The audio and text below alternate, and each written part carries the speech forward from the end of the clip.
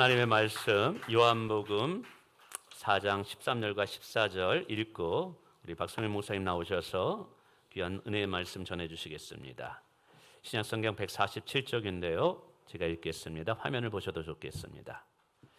예수께서 대답하여 이르시되 이 물을 마시는 자마다 다시 목마르려니와 내가 주는 물을 마시는 자는 영원히 목마르지 아니하리니 내가 주는 물은 그 속에서 영생하도록 솟아나는 샘물이 되리라. 아멘. 우리 박 목사님 나오셔서 말씀 전할 때 은혜 받으시길 바라겠습니다.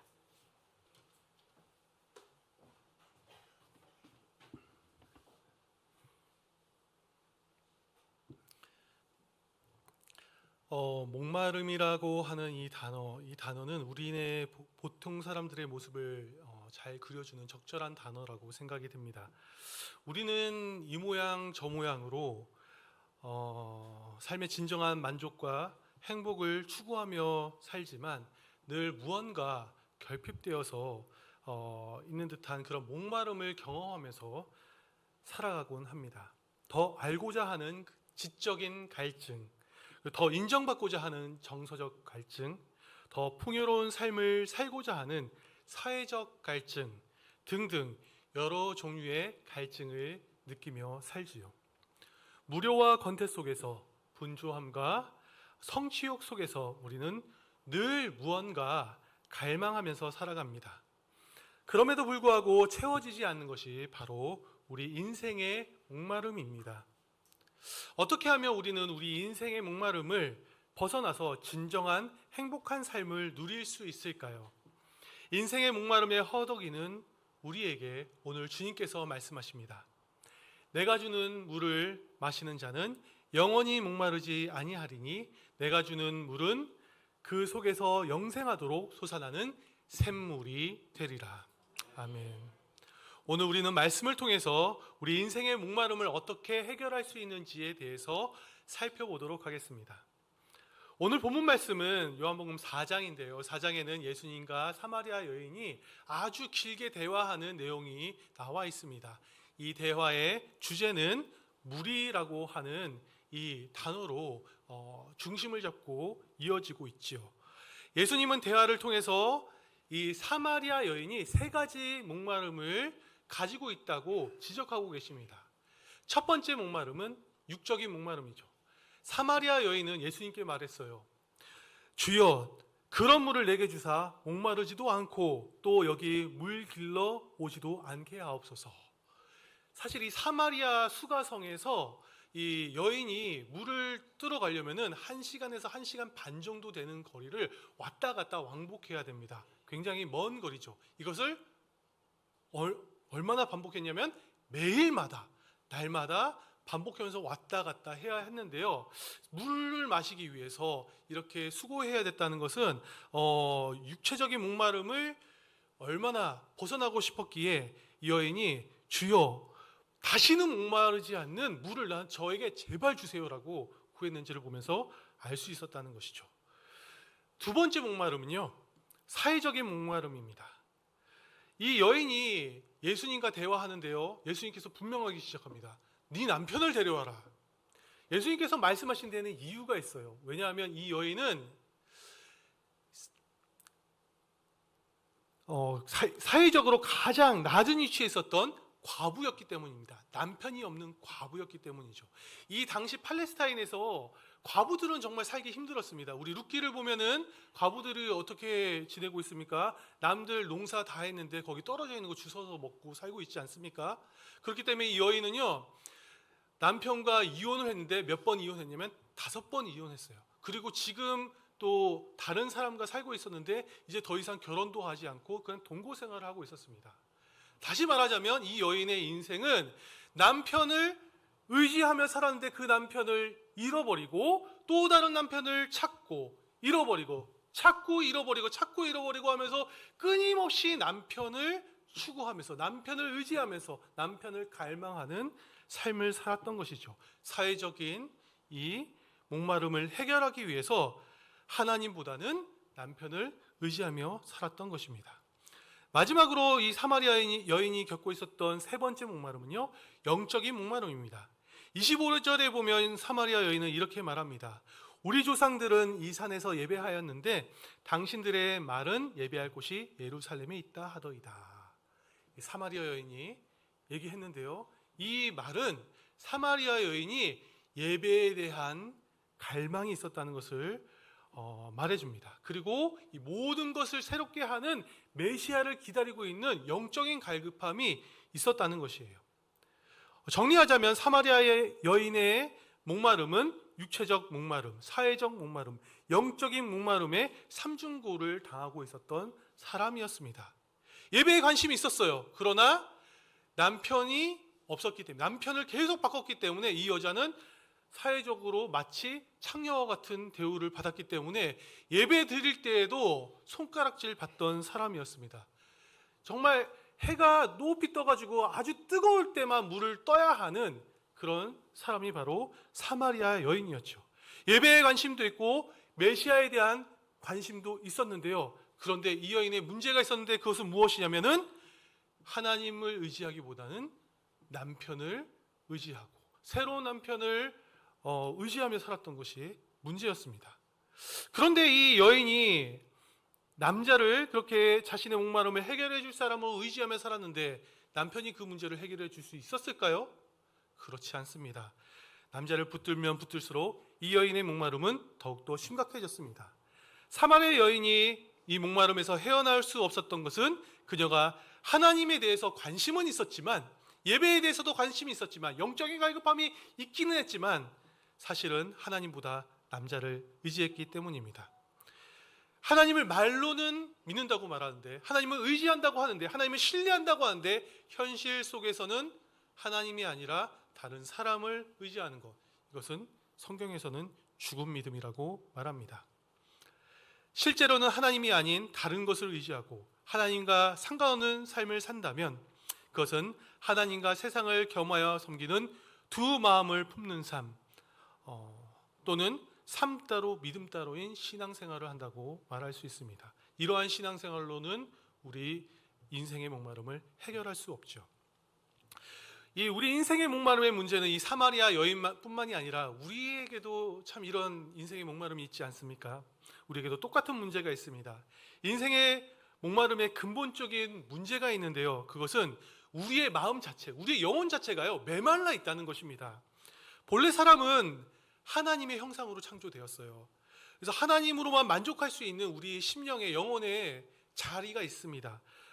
웨스트민스터 소요리 문답 1문에서는 이렇게 말합니다. 사람의 제일 되는 목적은 하나님을 영화롭게 하는 것과 영원토록 그를 즐거워하는 것이다 라고 말하고 있지요. 사람은 그 지음받은 그 창조의 목적을 따라 그 우리의 빈 마음 가운데 하나님으로만 채워야, 영혼으로만 채워야지 만족할 수 있는 자리가 있습니다. 따라서 전도서 3장 11절에도 이렇게 말하고 있죠. 하나님이 모든 것을 지으시되 딸을 따라 아름답게 하셨고 또 사람에게는 영혼을 사모하는 마음을 주셨느니라. 아무리 세상적으로 우리가 성공을 해도 우리는 허망합니다. 공허해요.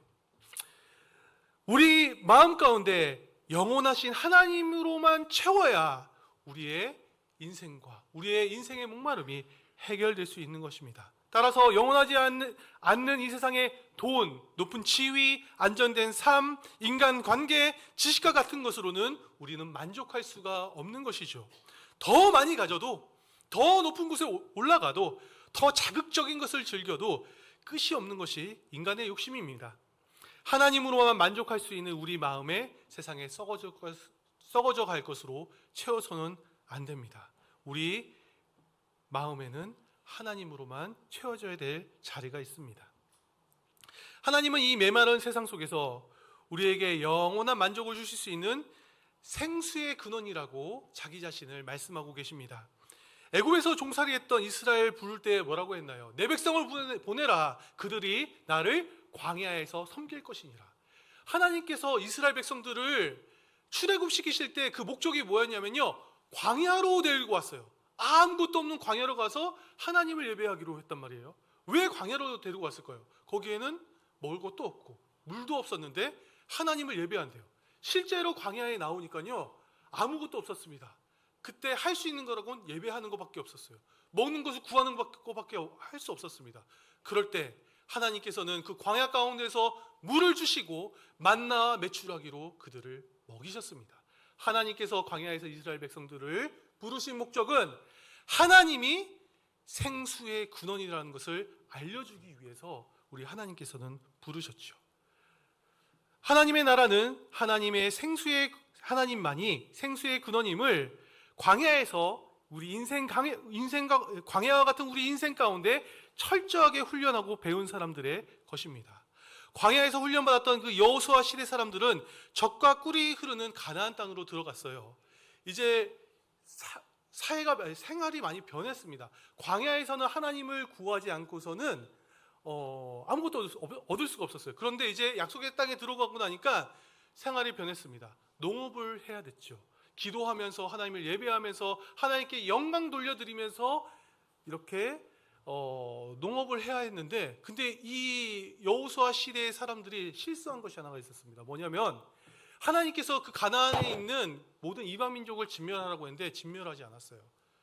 그래서 문제가 생겼는데, 어떤 문제가 생겼냐면 이 가나안 민족들은 예전부터 농경사회의 생활을 했습니다. 농경사회에 지식과 문화가 있었고 이것이 우상숭배와 섞여 있었는데요, 그게 이스라엘 백성들에게 들어왔어요.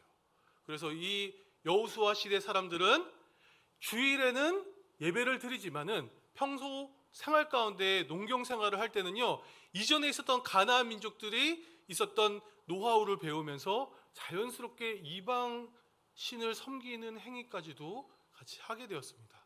그러자 주일에는 하나님을 믿기는 하지만 주중에는 내 삶의 자리 가운데서는, 농경사회 가운데서는 하나님과 다른 신을 겸하여 섬기게 되었죠.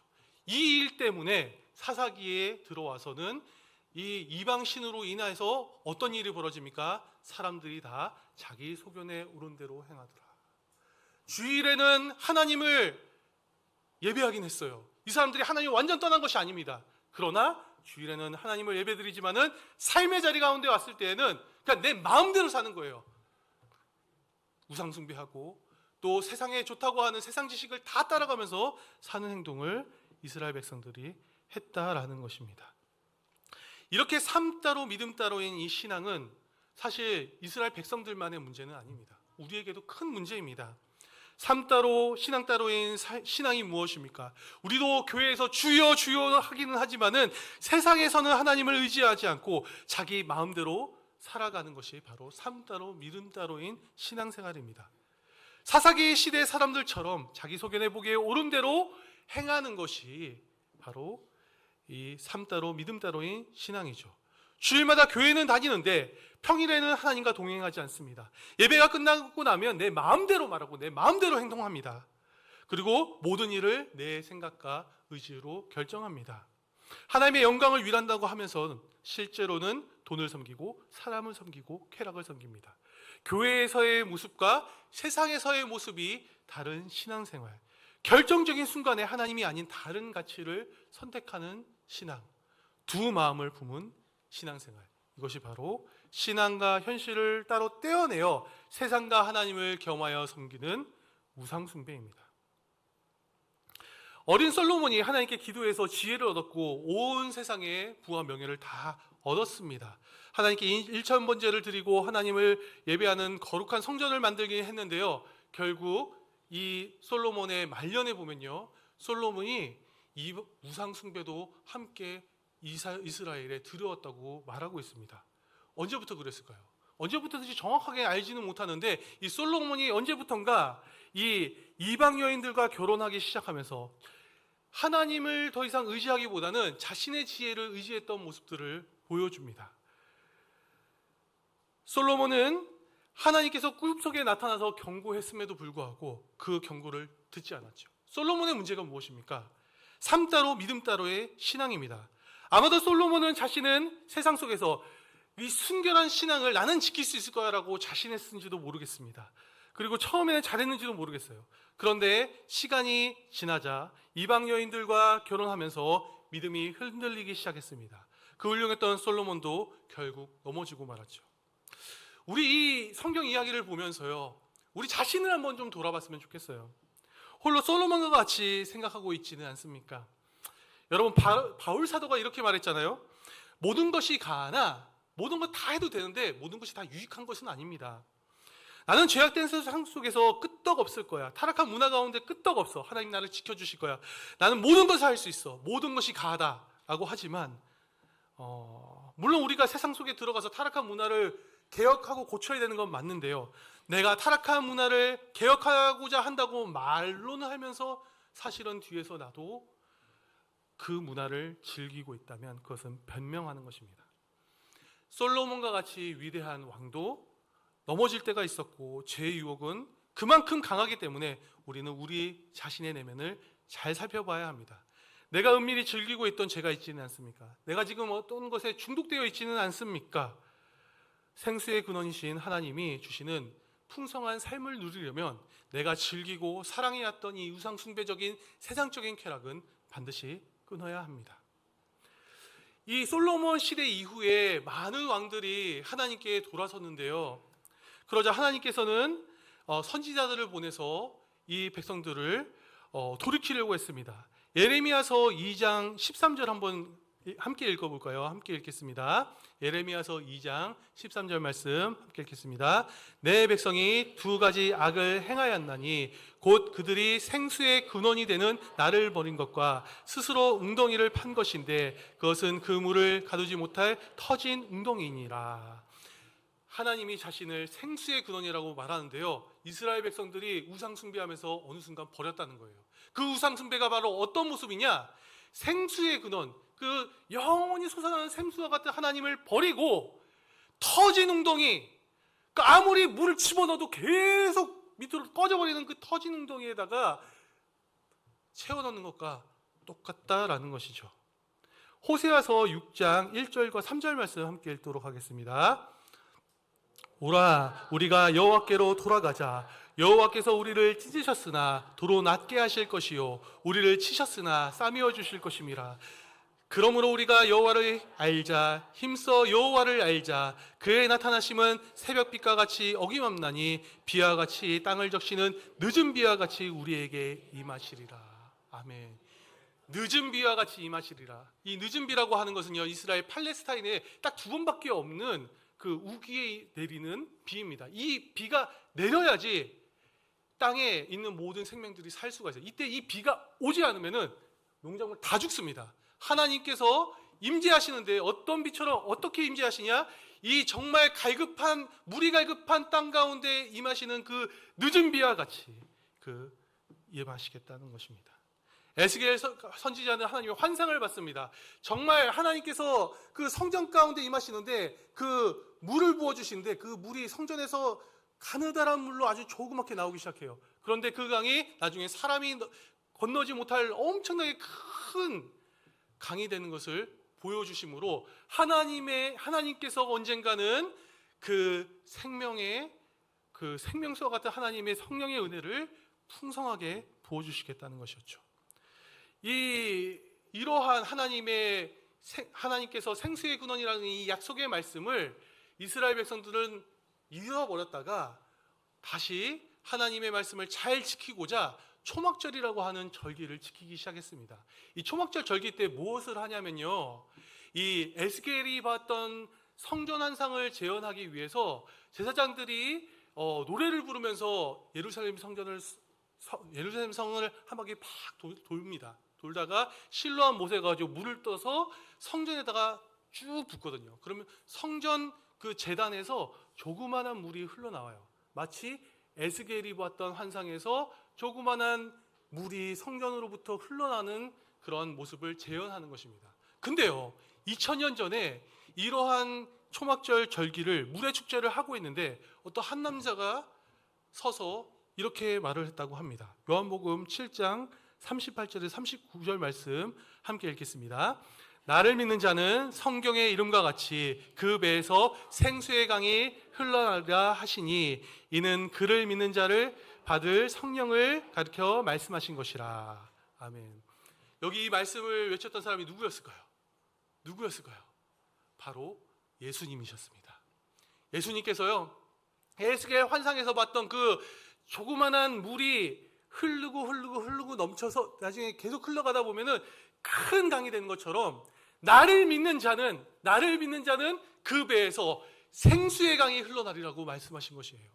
그 이스라엘 백성들이 삶 가운데 항상 메말라 있었는데 그 생수의 강을, 그 생명을 주는 그 생수를, 영원히 마르지 않는 그 생수를 준다고 약속했는데 그것을 어떤 사람에게 주냐면은 바로 예수님을 믿는 자에게 부어줄 것이고, 그 예수님을 믿는 자는 그 배에서부터 생수의 강이 넘치도록 흘러난다고 약속을 했다는 것입니다.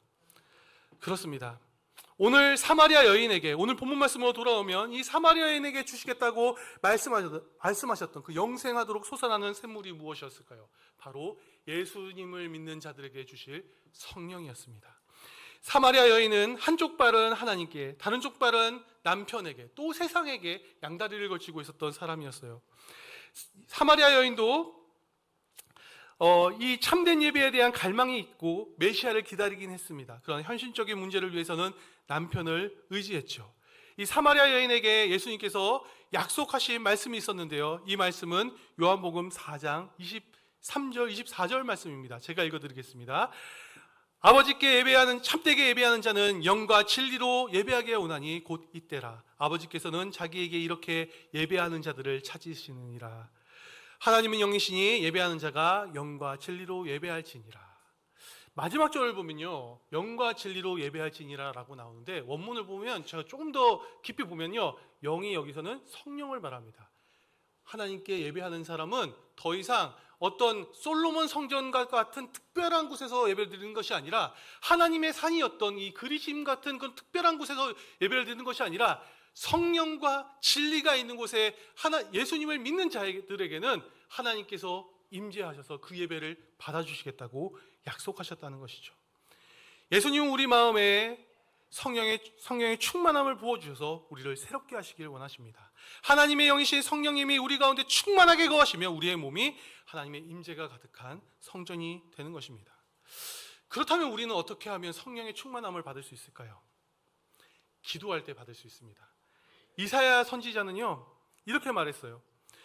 오라 너희 목마른 자들아 물로 나아오라. 돈 없는 자들아 오라. 너희는 와서 사 먹되 돈 없이 값 없이 포도주와 젖을 사라. 여기 보면요, 값 없이 와서 포도주와 젖을 사라라고 여기고 있어요. 값은 없어요. 근데 해야 되는 게 있어. 뭐냐면 구하라는 거예요. 이 구하는 게 뭘까요? 기도입니다. 누가복음에서 예수님께서 이렇게 말씀하셨거든요.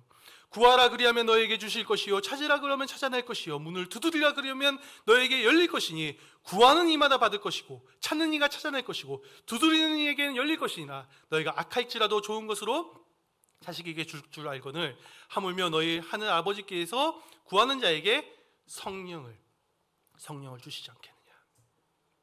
그렇습니다. 우리 주님은 기도로 구하고 찾고 두드리면 성령을 선물로 주시기 원해요. 왜냐면요, 그 성령이 있어야 우리 인생의 메마름을 우리는 해결할 수 있고 하나님과 영원한 행복을 누릴 수 있거든요. 우리가 이 인생 가운데 목마름으로 괴로워하는 것을 누구보다도 안타까워하시는 분이 있습니다. 그게 바로 우리 하나님이세요. 우리 하나님은 그 성령을 부어주시기를, 우리가 그 인생 가운데 고통하면서 갈망하면서 그 영원한 행복을 갈망하는 것보다 더 원하십니다. 더 주시기 원하십니다. 그런데 우리가 해야 될 게 있어요. 값은 없어요. 대가는 없습니다. 구해야 돼요. 기도해야 됩니다. 오늘 본문 초반에 예수님께서 유대를 떠나 갈릴리로 가실 때 하셨던 말씀이 있었는데, 그게 뭐냐면 사마리아를 반드시 통과해야 된다고 말씀하셨습니다. 왜 예수님이 유대에서 갈릴리로 가는데, 사마리아는 지름길이라고 해도 위험한 길이거든요. 반드시 통과해야 된대요. 왜 통과해야 됐을까요? 중요한 일이 있기 때문입니다. 도대체 어떤 중요한 일이 있어서 사마리아를 반드시 통과해야 됐을까요? 성경을 읽어보면요, 성경은 아주 예수님께서 했던 가장 중요한 일들만 기록하고 있거든요. 예수님이 그 다니는 곳곳마다의 장소의 목적만 기록되어 있습니다. 오늘 본문을 보면요, 사마리아에서 했던 일이 한 가지가 있죠. 뭐냐면은 사마리아 여인 만나는 거예요. 예수님께서 왜 반드시 사마리아를 지나가셔야 될까요? 만나야 될 사람이 있기 때문에. 아무도 돌아보지 않고, 사회적으로도 비천한 가보이고, 영적으로도 아주 결혼을 많이 하고 또 이혼도 많이 해가지고 창녀와 같이 그렇게 비참하게 생활하고 있는 이 여인 하나를 만나기 위해서 예수님은 사마리아를 반드시 가야 되겠느니라고 말씀하신 것입니다. 사마리아 여인에게 이 찾아가셨는데요. 사마리아 여인이 예수님께 먼저 말을 건넨 것도 아니었죠. 예수님께서 먼저 말을 건넸어요. 물 좀 달라. 인생 가장 밑바닥에 있었던 이 여인은 사실 예수님이 누구인지 알아보지도 못했고, 만약 알아본다 할지라도 자기 같은 사람이 그 예수님한테 영원한 생수인 성령을 구할 자격도 없다고 생각을 했었어요. 그런데 이 대화의 첫 시작이 누구부터 시작이 되냐면은 바로 예수님께로부터 시작이 됩니다. 물 좀 달라는 거예요. 물을 주실 분이 물을 달라고 합니다. 왜냐하면 영원한 생수를 너무나도 주고 싶기 때문에, 물에 대한 주제로 얘기하고 싶기 때문에 예수님께서 말씀하셨죠. 그러면서 대화가 이끌어가니까 이 사마리아 여인이 나중에 뭐라고 말합니까? 주여, 그런 물을 내게 주사 목마르지도 않고 또 여기 물을 기르러 오지도 않게 해주세요. 예수님, 제 정말 이 육적인 목마름 정말 해결하고 싶습니다. 저를 해결해 주세요. 우리 주님은 그렇게 말씀하시고 이 사마리아 여인에게 영원히 목마르지 않는 성령을 주시겠다고 말씀하신 것입니다. 우리 주님은 지금 이 자리 가운데, 이 예배를 드리는 우리 가운데서도 성령의 충만함을 부어주시길 원하십니다.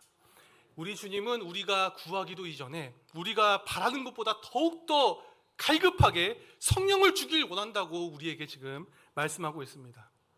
혹시 이 자리 가운데 실패한 사람이 있지는 않습니까? 낙심한 사람이 있지는 않습니까? 아니면 인생의 허무한 가운데 지쳐있는 사람이 있지는 않습니까? 그렇다면 지금 이 시간 성령을 구하시기 바랍니다. 우리가 이 성령의 충만함을 받지 않고 세상의 충만함을 받으면요, 특징이 있는데요. 두 가지 특징이 있어요. 첫 번째 특징은 뭐냐면요, 어떤 소리가 굉장히 크게 들리는데 그거는 뭐냐면은 하나님의 음성보다는 마귀의 음성이 더 크게 들립니다. 두 번째 특징은 뭐냐면은 하나님의 음성이 점점 들리지 않는다는 거예요. 성령의 충만함을 잃어버리게 되면은 마귀의 음성만 들리고 하나님의 음성이 들리지가 않아요. 우리 주님은 실패하고 쓰러지고 낭망한 우리에게 영생하도록 솟아나는 샘물을 주기 원하신다고 우리에게 계속 말씀하십니다. 주위 사람들을 통해서 비난하는 소리에, 그런 사단과 같은 소리에 귀를 기울이지 마시기 바랍니다. 너는 쓸모없어. 너는 우리와 어울리지 않는다. 우리 가정에 있으나 마나한 존재야. 너는 직장에서, 우리 직장에 너 같은 사람 필요 없어. 이런 이야기를 듣는다 할지라도 그런 소리에 귀를 기울이지 마세요. 우리 주님의 음성에 귀를 기울이시기 바랍니다. 세상은 우리의 진정한 가치를 모르고 우리에게 관심을 주지 않고 때로는 손가락질하며 조롱할 수 있습니다. 그러나 주님은 언제나 어떠한 모습이든지 우리가 어떠한 죄를 지었든지 상관없이 나를 찾아오셔서 성령의 충만함을 주시기 원하십니다. 하나님의 사랑은 끝이 없습니다. 주님은 나에게 영원한 생명을 주시기 위해서 그 하늘 보좌를 포기하시고 이 땅에 내려오셨습니다. 그리고 나를 사랑하사 나를 위하여 자기 몸을 버리시고 십자가에 못 박혀 죽으셨습니다. 십자가에 달리실 때 다 이루었다고 하셨잖아요. 다 우리가 치러야 됐던 죄값을 다 치르시고 이제 성령을 주실 준비를 다 이루신 것입니다. 우리가 아직 죄인 되었는데 그리스도께서 우리를 위하여 죽으심으로 하나님께서 우리에게 대한 자기의 사랑을 확증하신 것입니다. 이것이 하나님의 말씀입니다. 다른 소리에 귀를 기울이지 마십시오. 우리가 잘난 것이 있어서 주님이 나를 사랑한 것이 아니잖아요. 우리가 먼저 주님을 사랑했기 때문에 주님이 우리를 택한 것도 아니잖아요. 우리는 잘난 것도 없고 주님과 오히려 원수가 되어서 살아왔지만 주님께서 우리를 십자가의 사랑으로 사랑하시기 때문에 우리가 담대하게 성령을 구할 수 있는 것입니다. 자꾸 우리 부족한 모습에 초점을 맞추시기 말길 바랍니다. 난 그런 거 구할 자격도 없어 라고 말하지 마십시오.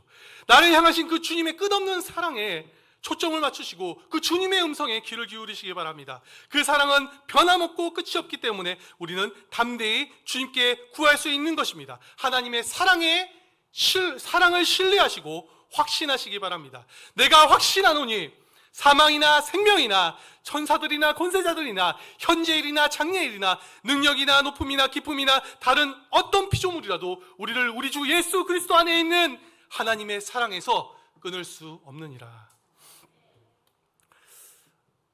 한 중학교 정도 되는 나이의 아이가 있었습니다. 이 아이가 호기심으로 술과 담배를 시작을 했습니다. 그리고 이걸 계속 이런 술 담배를 시작했는데 이런 말 있잖아요. 담배 끊는 사람하고 친구하지 말라는 얘기 혹시 많이 들어보셨죠? 그만큼 중독성이 심하기 때문인데 이 학생이 장난으로 시작했던 거를 계속 하다 보니까 중독이 되어 버렸어요. 그래서 하루에는 중학교 3학년이었는데 한 담배를 한 갑씩 폈다고 합니다. 그리고 시간만 나면 친구들하고 형들하고 술 마시고 놀러 다니다가 고등학교 되니까 또 업그레이드가 돼 버렸어요. 막 나이트 클럽 가가지고 막 춤추고 놀고 막 그러다가 이게 이런 삶을 계속 즐기던 그 학생이 처음에 하는 거는 재밌죠. 어느 순간 이 쾌락이라고 세상 쾌락이라고 하는 거는 어떤 유통 기간이 있잖아요. 이걸 계속 반복하다 보면 일상이 되고 일상이 되면 지겨워집니다. 그럼 어떻게 되냐면은 더 자극적인 것을 찾게 되죠. 계속 여러 가지 자극적인 쾌락을 쫓고 살고 하다 보니까는 나중에는 또 굉장히 안 좋은 그런 사건에도 휘말리고 하다가 어떤 폭력 사건에 휘말려 가지고 휘말린 게 아니라 본인이 일으켜 가지고 고층 빌딩에 올라갔다고 해요. 올라가서 극단적인 선택을 하려고 시도를 하게 되었습니다. 여러분 이게 어떻게 보면 극단적인 케이스이긴 하지만요. 세상적인 쾌락을 좇는 사람의 얼마나 그 끝이 허무하고 참 어두운지를 보여주는 예라고 생각이 됩니다. 사실 지금 제가 말씀드렸던 이 학생이 제 얘기예요. 제가 사실 저희 집안은 할머니 계통으로 통해서 믿음의 제가 5대째입니다. 할머니는 저를 어려서부터 교회를 데리고 다니셨고 그리고 새벽 예배도 끌고 다니시면서 저는 정말 싫었는데 할머니가 막 잠자면 깨워가지고 가시고 또 말씀 암송도 막 그 억지로 시키셔가지고 시편 23편을 제가 글도 몰랐을 때 다 외웠어요. 그리고 성경 암송대에 나와가지고 하니까 막 박수 받고 상 타고 할머니 그걸 너무 좋아하셨어요. 근데 중학생이 되니까 너무너무 싫은 거예요 이게. 그래서 저는 교회를 억지로 다니긴 했지만은 점점 세상적인 쾌락에 너무 좋다고 생각이 되었고 그래서 점점 하나님과 멀어지고 고등학교 때 참 그 폭력 사건을 일으켜서 그 사건을 통해서 저만 힘든 것이 아니라 저는 그때 저를 퇴학을 시키는지 마는지에 대한 학교의 논의가 생기기 시작했고 또 경찰 조사를 받기 시작했어요. 그리고 이 폭력 사건으로 인해서 일어난 일이 너무 심각해서 일단 구속 수사가 들어가야 된다는 얘기가 나오기 시작했어요. 그리고 그 피해자 학생과 저희 아버지와의 그런 합의하는 과정 가운데 합의가 잘 안 돼서 아버지가 참 그 당시에는 크고 강하신 분이었었는데 화장실에 가서 도저히 자신의 힘으로는 해결할 수 없다면서 몰래 울고 나오는 걸 보면서 결심을 했어요. 나 때문에 나만 힘든 게 아니구나. 우리 가족이 다 힘들구나. 내가 없어지면 우리 아버지도 더 이상 슬퍼하지 않아도 되고 이 어려운 문제를 이렇게 돈 많이 들여서 해결할 필요도 없고 다 괜찮아지겠구나. 나만 이 세상에 없어지면 되겠다라고 생각하고 옥상에 올라갔어요. 옥상에 올라갔는데 그 가운데 극단적인 선택을 하려고 했는데 생각난 분이 있었는데 그게 바로 제 할머니였어요. 할머니가 제가 힘들어하는 거를 알면서 사실 저는 밤에 잠을 못 자고 있었거든요. 잠을 못 자고 있는데 할머니가 새벽 예배를 나가시기 전에 제가 잠들었을 때 제 얼굴에 손을 얹으시면서 펑펑 우시면서 하나님 도와주세요. 우리 성민이 도와주세요. 성민이가 하나님을 만나게 도와주세요. 기도를 하시는 거예요. 근데 저는 깨어 있었는데 그 할머니가 눈물 흘리시면서 기도하는 걸 보면서 너무 마음이 아팠어요. 뛰어내리려는데 그 할머니 때문에 용기가 나지 않아서 결심을 했습니다. 한 번만 더 기도해보자. 그래서 제가 하나님께 기도하기를 하나님 용서해 주세요. 제가 이 일만 잘 해결되고 나면 예수님 믿겠습니다. 교회 다니겠습니다. 그 기도를 하고 다음날 아침에 일어났는데 뭔가 큰 사건이 일어날 줄 알았는데 별 사건은 없었거든요. 근데 시간이 흐르면 흐를수록 정말 하나님께서 역사하시는 거예요. 제가 원래는 구속수사가 되려고 했었는데 구속수사가 되지가 않게 되었고 합의를 도저히 해주려고 하지 않았었는데 너무 터무니없는 액수를 불러가지고 했는데 합의도 원만하게 잘 되게 되었고, 학교에서도 원래는 퇴학이 거의 예정되어 있었는데 퇴학도 되지 않고 다시 평범한 삶으로 돌아올 수 있게 되었어요. 근데 여러분, 제가 교회 나갔을까요? 그 다음에 안 나갔어요. 왜냐하면 사람이 참 그런 것 같아요. 힘든 일 있을 때, 간절할 때 하나님 붙는데 그 일 해결되고 나면요, 잘 기억 안 나요. 까먹어버렸어요. 까먹고 그냥 계속 술 마시고 맨날 놀고 쾌락을 쫓으며 살았는데 제 마음이 너무나도 공허하다는 것을 매번 느꼈습니다. 매번 느끼고 그렇게 살아가면서 무료하게 살아가고 있는데 2년 6개월이 지난 다음에 대학교 2학년이 됐을 때 친구 한 명이 교회 수련회를 가자고 데리고 왔어요. 그래서 저는 그냥 놀러 가야 되겠다 하는 생각을 가지고 올라갔는데 그때 뭘 공부했냐면 요엘서를 공부했어요. 요엘서 보면 혹시 아시는 분 있나요? 뭐 황충 나오고 메뚜기 나오고 하나님 심판이 임하고 뭐 하는데 교회 오랜만에 나와가지고 그냥 딱 성경 공부를 하고 앉아 있는데 막 심판밖에 없어가지고 내가 막 승질내면서 거기 같이 성경 공부하고 있는 팀장한테 막 얘기를 하니까는 그때 또 다른 분이 오셔가지고 막 이렇게 저를 설득하고 했어요. 근데 정말 교회에서 있는 생활하는 거 보니까, 찬양하고 이런 거 보니까 야 정말 쓸데없이 왜 이런 거 하고 있나 이렇게 생각을 하다가 저녁 집회하는 시간에 설교 진짜 길었거든요. 한 3시간이 4시간 됐는데 설교를 듣는데 너무 졸리고 막 피곤하고 이런데 기도하는 시간에 다른 사람들이 기도하는 걸 봤을 때 탁 기억났던 게 뭐냐면 제가 2년 6개월 전에 하나님께 간절하게 기도했던 게 기억이 났어요. 그래서 그때 저는 나도 저렇게 간절하게 기도할 때가 있었는데 내가 너무 쉽게 하나님 역사하셨는데 너무 쉽게 잊었구나 라고 생각하면서 그때 처음으로 회개를 했습니다. 내려와서 내가 이거 어떻게 해야 되냐, 나 이제 정말 이제 죄에 대해서, 죄의 심각성에 대해서 알아서 이제는 내가 변해야 될 때가 왔다, 나는 어떻게든 변해야 되겠다. 그리고 어렸을 때 할머니와 함께 갔던 새벽 예배를 가자 해서 새벽 예배를 갔다가 끝나고 큐티 모임이 있대요. 그래서 거기를 갔어요. 그 자리를 누가 인도하셨냐면 우리 담임 목사님이신 원도희 목사님이 인도하셨고, 제가 고민이 많았어요. 왜냐면은 내가 정말 잘못한 건 알겠는데 하나님 사랑한다고 하는데 나는 그 하나님의 사랑을 받을 만한 자격이 없다고 생각했거든요. 나 같은 건 하나님이 사랑하시지 않을 거야.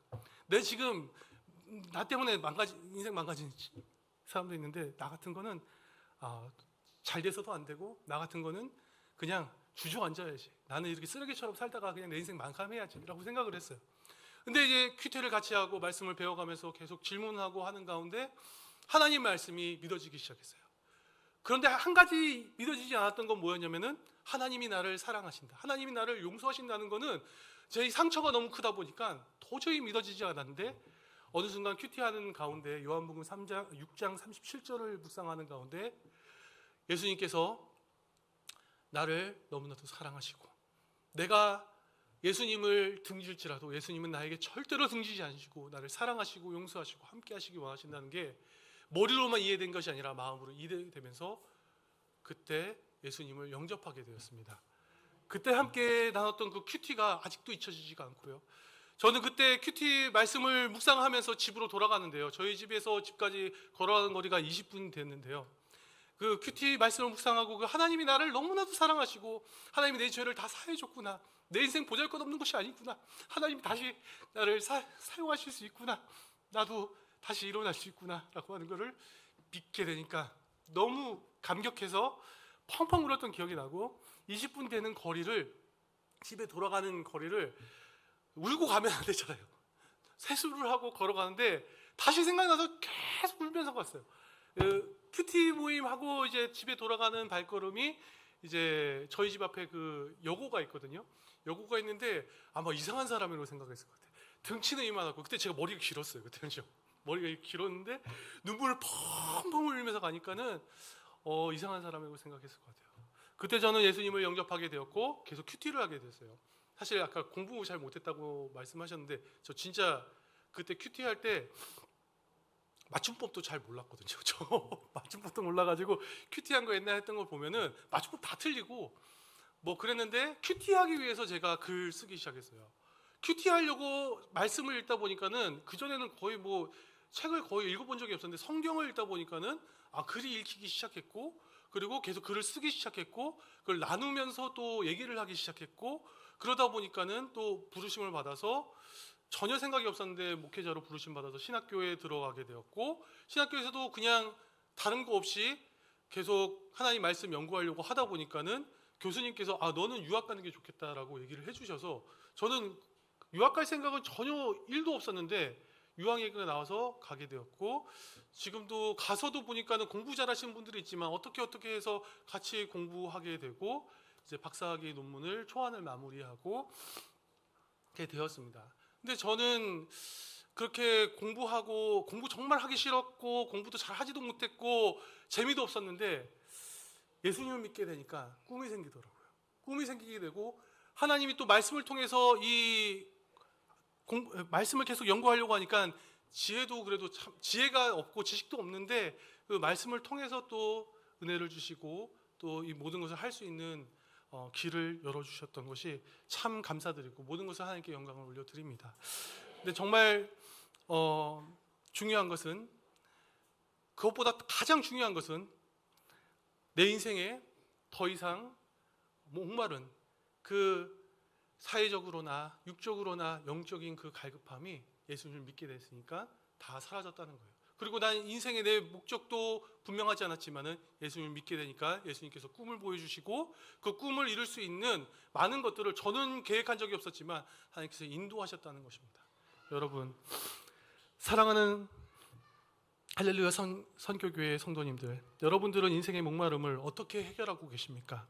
주님께서는 우리 인생의 목마름을 해결해 주시기 원하십니다. 여러분들이 스스로 해결하기 원하고 갈망하는 것보다 더욱더 갈망하시는 분이 바로 하나님이십니다. 메마른 우리의 영혼과 삶을 바꾸시기 원하십니다. 주님이 먼데 있는 것이 아닙니다. 성령과 진리로 기도하는 자리, 말씀을 묵상하는 자리, 예배드리는 자리에 주님께서 우리를 기다리십니다. 날마다 주님을 만나는 자리를 사모하시고 주님 만난 기쁨으로 하루하루를 살아가시는 여러분들이 되시기를 주님의 이름으로 축복합니다.